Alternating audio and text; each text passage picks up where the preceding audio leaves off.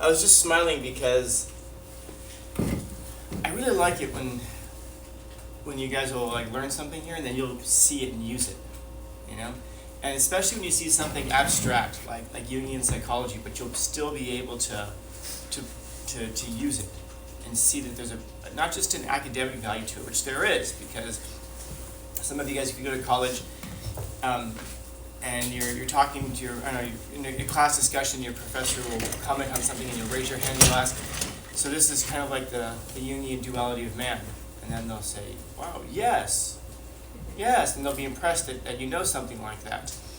And you're going to find that a lot of times the lengths to which you can go in life will be determined by the connections, the networks that you can make. And just saying something like that can get you in. But moreover, it's just really helpful for understanding life generally. Like if I were to ask you, are you a lover and a creator, or are you a hater and a destroyer? And most sensible people will say, yes. And if I were to ask you, well, like, do you intentionally hate and do you intentionally destroy? For some reason, we will try to fall away from that and say, well, no, I don't intentionally do it. But what's wrong with hating things? There are certain things that we should probably hate, and there are things that we should probably love. Figuring out what the difference is between those two things, then it's going to be wisdom. It's probably going to be proper living.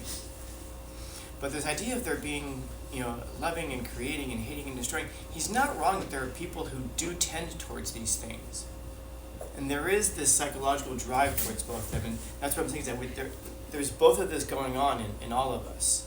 There is this persona that we show the world, and for the most part, that's going to be loving and creating. And then there's going to be the shadow part, which oftentimes will seek to hate and destroy, although there is a lot of interplay between the two, and we all have those things going on. And it's one of those really important realizations that you can have, that you have both of those two things going on. Like if I were to ask you, are you a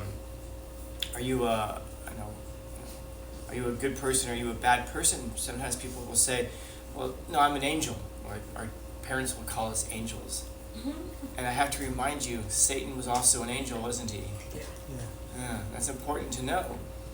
If those of you who grew up in church, you'll know the story about how the angel of the Lord goes over and murders the firstborn children of all of Egypt. That it was an angel who descends into the valley and kills 85,000 Assyrian soldiers. Angels are powerful. Angels are able to get things done, but angels are, first and foremost, the word itself the word itself denotes that their role is to be a messenger, to send a message. Do you think that the angel who goes over and murders the firstborn of the whole country sent a message? Do you think that the angel that went in and slew 85,000 Assyrian soldiers, do you think that they sent a message? So the question now is, what's the message that's being sent? And you don't have to believe in any of this stuff. You don't have to believe in God or the Bible or anything to understand what's going on in these texts. It wasn't people who just sat around one day and were like, I'm bored, man, let me just write up a story. Because if that was the case, the Bible would be the entire library. But instead, it's very specific texts that do very specific things. And the writers, whether you're religious or not, especially if you're not, hopefully you can recognize that they're trying to explain and understand exactly this, the duality of man. I mean, anybody here grew up in a church? If anybody remembers the very beginning of the book of Exodus, anybody know how the whole book starts? Can anybody quote it? Many of you probably can. If you heard anybody go, oh, that's right. I'll get started. In the beginning, God did what?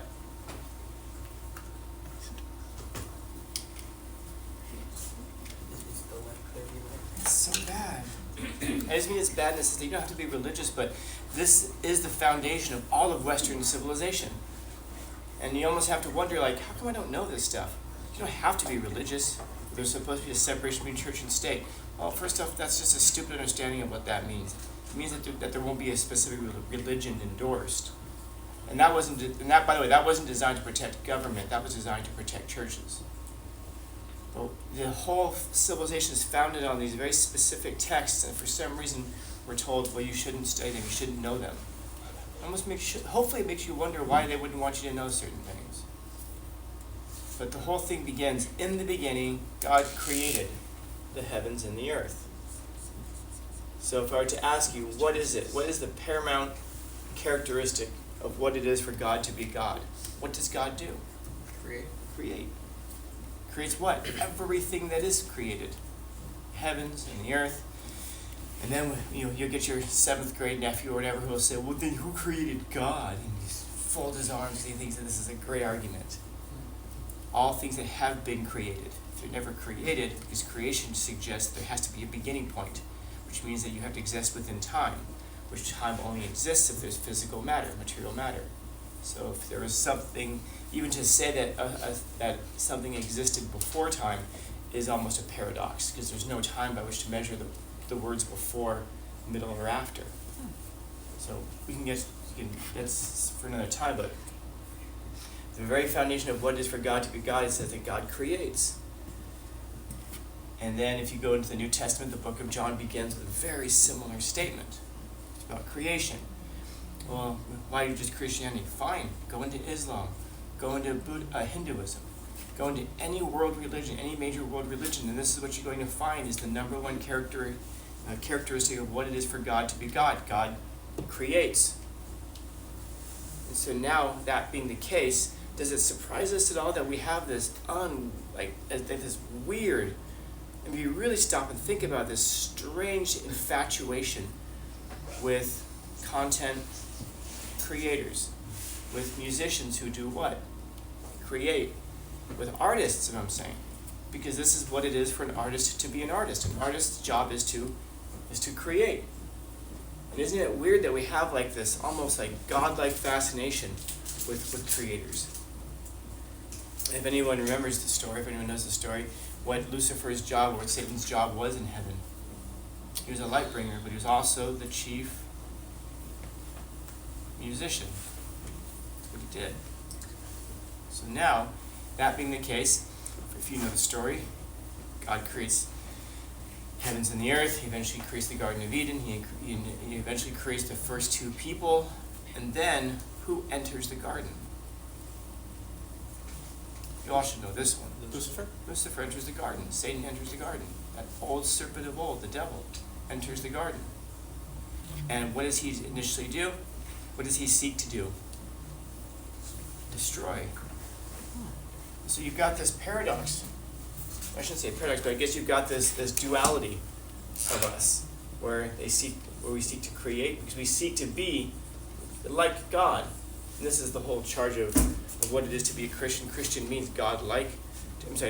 Christ-like.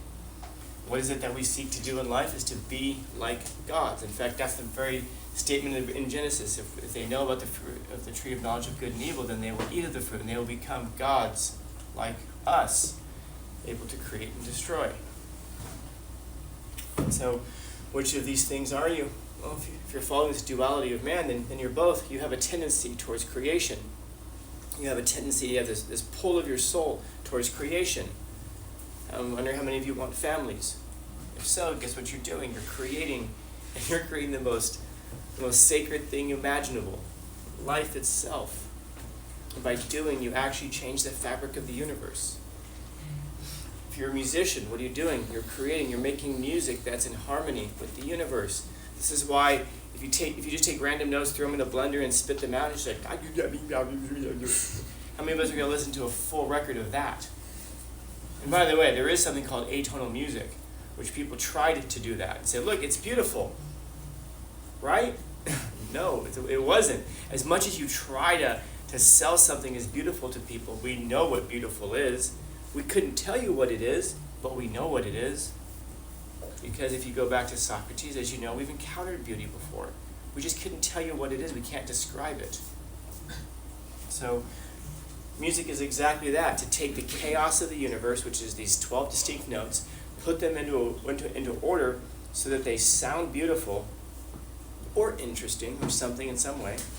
And then we have a melody, and we have music that goes along with it. And if you can get all of those things in sync together, then you have yourself a great song. The painter goes out there and pulls all these colors, seemingly infinite colors from the spectrum, puts them onto a canvas, and then you've got Caravaggio, or you've got the Mona Lisa. You've got something beautiful. And then when people get angry because they cannot create the Mona Lisa, or they can't create a Monet, what do? Seek to destroy it. They run into the museum with a can of soup and throw it on the painting, and then turn and say, "We're destroying the environment." Why don't you make a beautiful painting that demonstrates that and gets people's attention? That's really hard.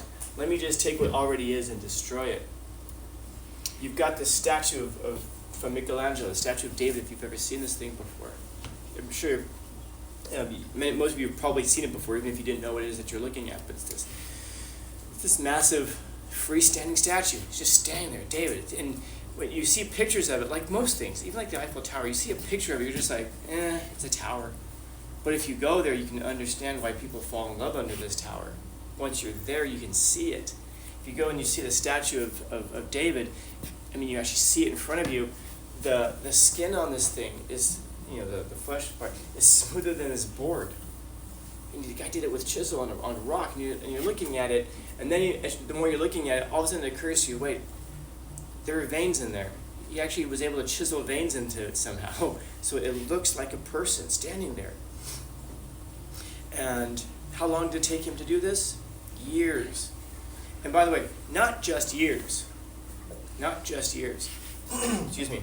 It takes a lot longer than that, because it takes all of the prep work to get to the point that you're capable of making that great art.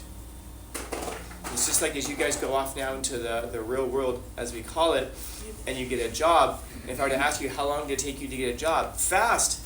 I filled out an application, they called me the next day, my first job within 24 hours. No, it took you 12 years and 24 hours to get that job. Or 18 years and 24 hours to get that first job. Because everything you've done so far has led to that point where now you're at the right point in your life and you meet the right opportunity. All of what goes into it. So it took Michelangelo a lifetime to make that statue. And it took just one asshole with a sledgehammer to go in there about, 15, 20 years ago or so, and smash it and try to knock it down. And actually broke off a piece of it. They're able to, now if you go there, there's a barricade around it now. So you can't get, I think the closest you can probably get to it is like I don't know, like from me to Ernie. It's up on a pedestal, so you have to climb over some stuff to get to it even. And why did that person go try to destroy? Because they were completely incapable of creating. You've got people right now who are trying to destroy society and destroy civilization around you. When you look at these people with their, well, you know who they are. Do you look at them and say, wow, these are people that if they really put their talents and energies into it, really could excel in life? Or do you look at these people and go, you're just an angry loser, aren't you? Maladjusted, who never had friends? No wonder you want to destroy. Because it's so much easier to destroy than to create a society, or even easier perhaps, but still outside the reach of a lot of people, is to create in yourself a personality that is capable of being what you could become. To not, because bitterness, anger, resentment, contempt, desires for revenge, all of that falls under this category. And so you all have this thing inside of you. I guess I'm asking is that when you're proceeding throughout your days, it's worthwhile asking, which nature am I trying to approach? Am I trying to approach my nature as a God, not the God? Or am I trying to approach my nature as a devil? Not a red devil. Devil. Am I trying to be more like the thing that makes me better and makes the whole world better? Or am I pursuing the parts of me that actually make me worse and make the whole world worse around me? It makes the world worse for everybody around me. But I was angry. Yeah. What's interesting, by the way, is if you do read these texts, one thing we do find, that gods do get angry. It isn't to say that you should never be angry, but you should be angry at probably the proper things. What are the proper things? That's another time. It's probably another day. Maybe a whole semester on figuring out what those proper things are.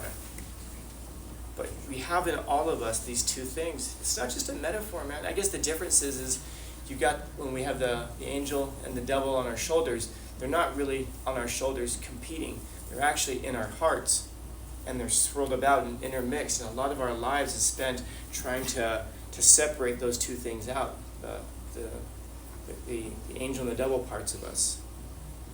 But sometimes it's like trying to get pee out of a swimming pool for a lot of people. How do you do it? It's so intermixed. And that can take a lifetime. And that's the thing that you're going to have to grapple with. You're going to have to make a decision about. Do you spend the lifetime doing that, trying to become the better person? Or do you just kind of say, that's just how I am. I'm a Sagittarius, my bad, can't help it. Or do you actually seek to become the thing that you could become? And it's useful, it's helpful, it's a good thing, especially if you're going to have children, because if I were to ask you, what do you want your children to be in life? Like if I were to ask you guys, what do you suppose your parents really want for you in life? You know? It'd be fun to ask them, by the way, what do you want from me in life? And I wonder how many of us, our parents, would say, I just want you to be happy. I want you to be happy.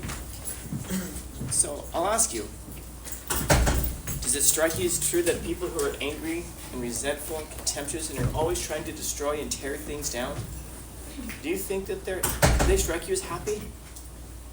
Marching down the street with their placards and their blue hair? Do they strike you as particularly happy people? And if you look at them and go, I want to be like that someday.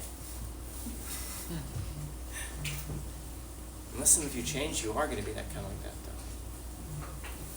though. Or do you suppose it'd be better to be able to have a family someday and to be able to say, this is the way to go? Why? Because you can demonstrate it with your own life. You can show that it's a better way to go. Because the things in your life that you create, that means you're always building. Think about the kinds of things that you want to create in life.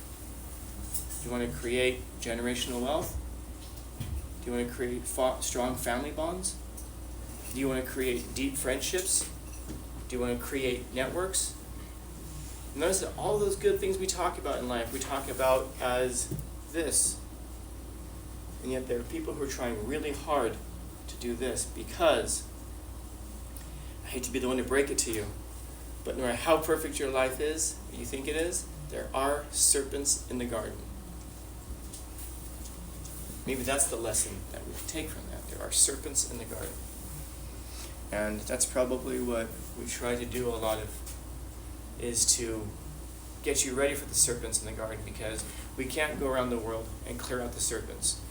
Hopefully, really hopefully, what we've been able to do in 12 years is prepare you to deal with the serpents that are in the gardens. And that's part of the danger of trying to go throughout the world and clear out all of the mean people and erase all the mean tweets and to police everyone's language and to force you to use certain words, and yes, including force you to use certain pronouns. Because once you leave here, you're going to realize that you were in a garden, and when you get out into the real world, man, those serpents are ready. The serpents will get into your garden. Hopefully we can learn how to deal with those serpents here, so that when we encounter them, we won't be dissuaded so easily by things like, did they really say this? It's not true. Because in the day that you eat of the tree of knowledge of good and evil, you will become a god. That's what they don't want. The serpents are seeking to destroy. Questions? Comments, concerns, complaints, criticisms, critiques? Happy Friday.